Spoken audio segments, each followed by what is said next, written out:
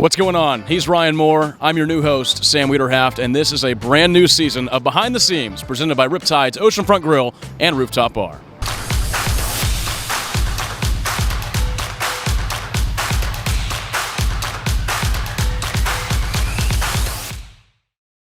That first game, complete sellout, a ton of people in the ballpark, and just a great chance to see the Birds play for the first time. Yeah, the response from Pelican Nation and fans across the beach, and with spring break going on, having our fans from across the country come on out to the ballpark was awesome. It was 85-45. Dan Bailey had over 100 blankets in stock in the team store to start the game and not one to end it. It got cold. That's what I was going to say. The weather dropped off, but the Birds' bats got hot. Parker, in the leadoff spot, definitely set the tone with the first at-bat of the game, and it just seemed like he built momentum from there, and the rest of the team followed. Andy Garriola grand slam, the first grand slam of 2023. That was a 13-1 win. I don't think that ball went over 30 feet in the air. Shot out of a cannon is what I would say. So you're well educated in the prehistoric creatures at this point. As my son would say, I know all about dinosaurs. All right, that is going to wrap up Episode 1, Season 5 of our in-season series. Oh, shoot. I forgot the name again. Behind the Seams. Behind the Seams. I know. I don't want to even cut this. I think people need to know. Behind the Seams, it's 3 words. This is Episode 1. This is number 1. Okay, we got a long way to go. We got a lot of improvement. But that is going to wrap up Season 5, Episode 1 of Behind the Seams, our in-season series of the show, presented by RipTydz, Oceanfront Grille, Rooftop Bar. Ryan, it's been a pleasure and excited for the rest of the season. Yeah, I hope you keep that seat. No, I'm kidding. Buddy Bailey just secured his 2,300th win. That's a hard number to say. It's also a big number. It's a big number. Well, let's talk about the boys because a big story. The Pelicans are the first half champions of the Carolina League South, going back to the playoffs in back-to-back seasons now. And more, that game on Sunday was just awesome. An 8-2 win over Fredericksburg to clinch the first half title. A huge celebration at the end. You had fireworks. You had a crowd of over 6,000. I mean, just describe what that whole game was like. I've said this multiple times to multiple people. It was cinematic. Like, you couldn't script a better way to clinch the first half championship. I was also fortunate enough, and I had a first in my career on Sunday night. I mentioned going down to the clubhouse, sitting with Buddy, celebrating the win, and 2 of our guys got a call up. Yeah, right. And I was in his office, and typically when he has a meeting with a player, I'll get up and remove myself. But he said, no, sit. I want you to see the reaction of these guys. That's incredible. And I got to sit there when Stevens and Bally got promoted, and seeing them just try to hold it in because they're trying to be cool. Yeah. They're trying to not be too excited. But then as it starts to marinate in their head, they're like, I'm going to high A. Mm-hmm. How am I getting to high A? You're flying there tomorrow. Yep. I don't think there was a more emotional, special night than Sunday night winning the first half championship.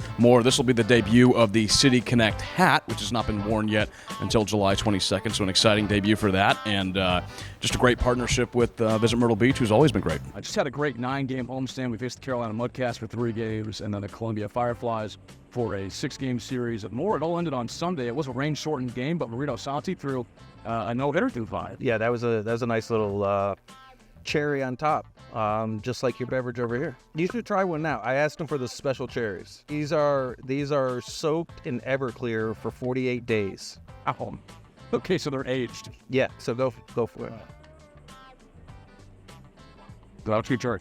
Can you taste the Everclear? I can taste the cherry.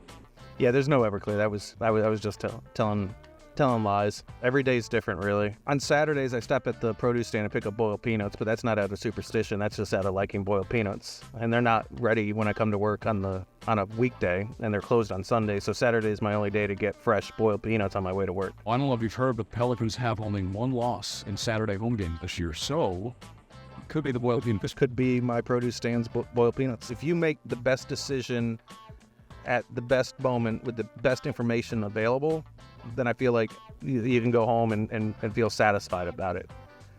But when do you leave the ballpark and feel the best? That's when you got a sellout crowd. That's when the team wins. That's when the stadium is rocking. And those moments are, I don't want to say few and far between, but those aren't the majority of the nights. But you strive to get to have as many of those nights as possible. All right, welcome back. We are back at RipTydz. It's another beautiful day in Myrtle Beach. The sun is shining, the wind is blowing. We have a little ketchup bottle to hold our question bucket. But just a great day at Myrtle Beach. We're into the month of August now, so it's our final episode of the regular season. And overall, just a very exciting time at Pelicans Ballpark.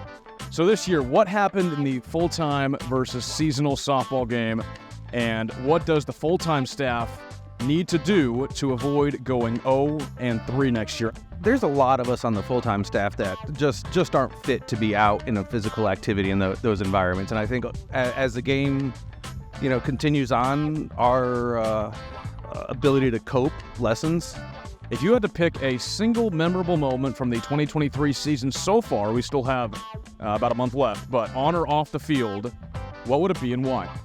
I would probably say the graduation ceremony for the guys completing their English learning classes, and we had the on-field ceremony pregame, and I knew we were going to do it, but I didn't know how meaningful it was for the guys involved, the teammates, the fans, and the emotional response was really eye-opening and heartwarming. Our feature stories this year, talking about our partnership with Marquee, because these do go on the Marquee Sports Network, but we try every month to highlight a different player. And I think getting to know everybody's stories and being able to showcase that, the production team has done a great job all season long.